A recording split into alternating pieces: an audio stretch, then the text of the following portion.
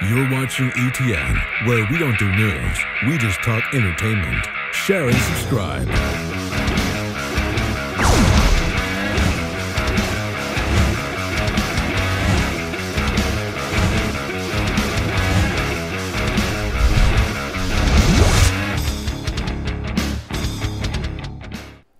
Hey guys, welcome to Entertainment Talk Nation. This is Rob. This video, we're going to do our Kaiju movie review for the week.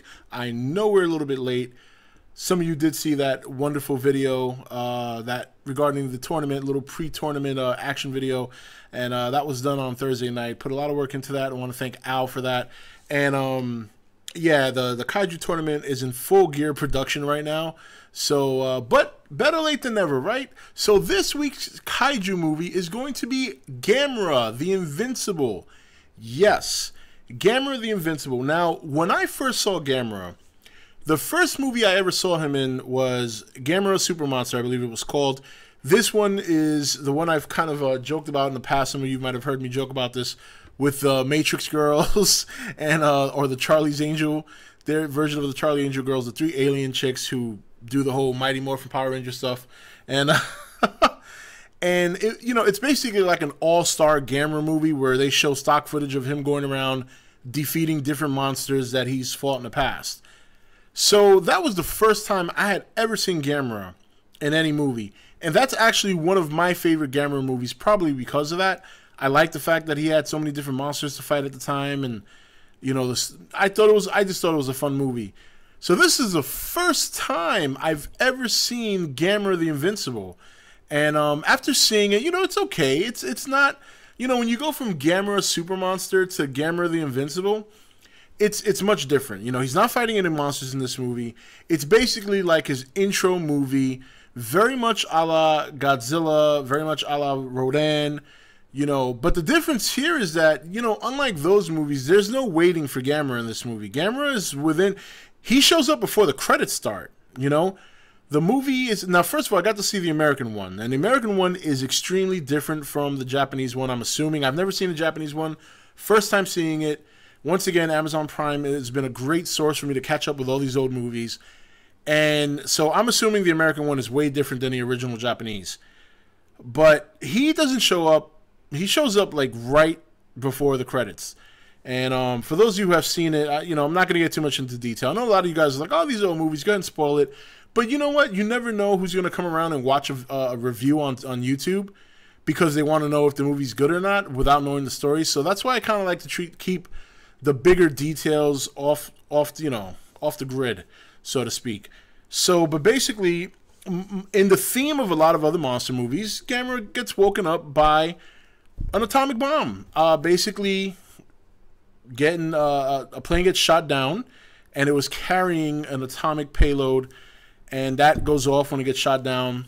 Up comes Gamera, and the first thing I got to say is the suit. The suit is at that time very much like many of the other suits that he wore, you know, going forward. It's the same, you know, same Gamera suit. It's funny. I look at it now, and it was so rigid, you know, like it was, you know. It was so rigid of a suit. I don't know how the person worked in that. And he gets up and he heads straight for Tokyo, or straight for Japan. And basically, going through the movie is the explanation of his origins, according to them. A very unique, and this is the American one, a very unique, and this is what I gotta say, I kind of like this about this movie. You see different takes on the monster from different countries.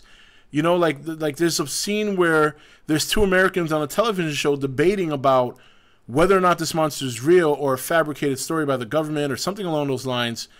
And they're debating harshly, you know, and it's cool because I think to myself, wow, that's probably how it would be if some sort of monster were to come out of nowhere in that region of the world, like, you know, the Arctic, where there's not there's hardly no people. How do you get a camera up there to film this? You're only going to hear whispers in the wind. So now you have to rely on media, whether or not to make a determination whether this thing is real or not. So I thought that aspect was pretty cool. And I don't think I would have seen it that way had I seen this movie when I was younger. looking at it now, I kind of see it from that perspective, and I thought that was really nice. I like that. Outside of that, it's your basic introductory monster movie. You get this new monster pops up, he gets woken up by something dramatic, and he goes on a rampage. And that's what this movie more or less is. The American version is also spelled incorrectly. It's called Gamera with 2 M's, The Invincible. And, you know, the whole hero Gamera element is not there. They kind of hint at it a little bit. You know, there's a little kid that seems to want to have a connection with the monster, but for the most part, this monster is trouncing everything. So very, very un-Gamera-like for some of us. But again, it's a pretty short movie. It's a little over an hour. It's about an hour and 20 minutes. Longer than most of the other ones. Well, actually, no. Most Godzilla movies were in about the 80-minute range and stuff like that. So it's probably your average length of a kaiju movie at the time. The only difference is, once again, you got a lot more Gamera in this movie than you would get Godzilla in 1956, or you got Rodan, or any of those kind of monsters. And but overall, I thought it was pretty good. Some of the special effects were bad. I saw this one scene where there's a car driving, and it just looks bad. The special effects do not carry over well compared to some of the other monster movies that I've seen at this point, minus The Host, because The Host was more recent. But compared to, like, you know, Rodan and Godzilla 1956, the special effects in this movie were not that great. The suit also, quality of the suit's not that great either, compared to some of the other movies. But remember, this is not a Toho movie. This is a company that's a little bit less, you know, they probably didn't have quite the budget Toho would have to make a movie. At this point, nobody knows what Gamera is. This is his introduction.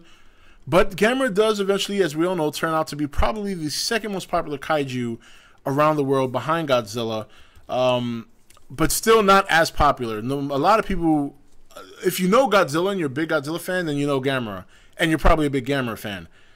Other than that, nobody really knows who Gamera is. Nobody really does. As much as that sucks, because even though his movies were kind of dorky, and this one, not so much. This one's actually pretty good. It's just the special effects are bad. The suit's not that great. And one other thing I got to say, which was surprising, is there's an African American in this movie, which I know that sounds weird saying it now these days, but think about back at those days. You hardly saw African Americans in movies back then, let alone one in a kaiju film. So it was a very diverse film for its time. I know I sound like somebody right now, but I got to point that out because it's relevant to me now because of the time that it came out. Because in the movie now you have obviously American actors, you have African American actors, and you have Japanese actors. So that was actually pretty cool to see as well.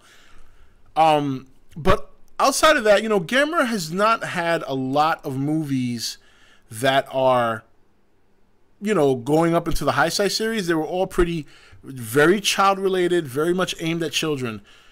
This one, I wouldn't say that. This one is definitely a little bit more on the hardcore side for him.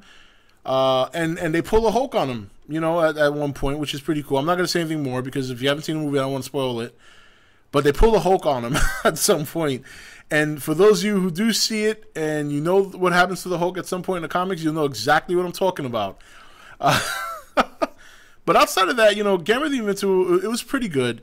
It got a little bit slow for me at certain points. You know, there was a formula there that for the most part was very similar to other kaiju movies. The difference being you see him a lot sooner. Other countries are very much involved in this, more than I would say in other movies, which was kind of cool. There are some elements of this movie that was really, really good, but when you consider what we had already seen at this point at that time, well, maybe not us, but you had Godzilla, you had Rodan, even Varan.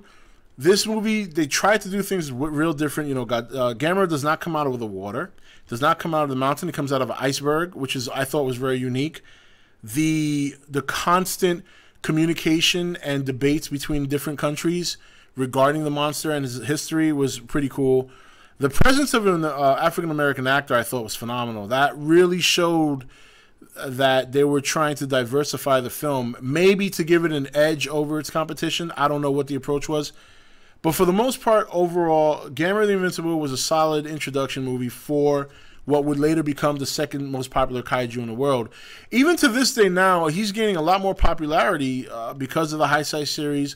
I am a big Heisei series Gamera supporter. I really think that is probably the highlight of that monster's cinematic career, was the Heisei series. If you haven't seen that, go check it out. I have done reviews on it already, so you can go and check those out on the channel. But that's it for this video, guys. Gamera the Invincible, definitely a solid kaiju film. If you haven't seen it, I've only seen the American version, so if you've seen the Japanese version, let me know any differences, because I haven't had an opportunity to see the Japanese one yet. This is Rob signing off for ETN, where we don't do news, we just talk entertainment. Take it easy. Thank you for watching ETN. Don't forget to subscribe and join the Nation Facebook page.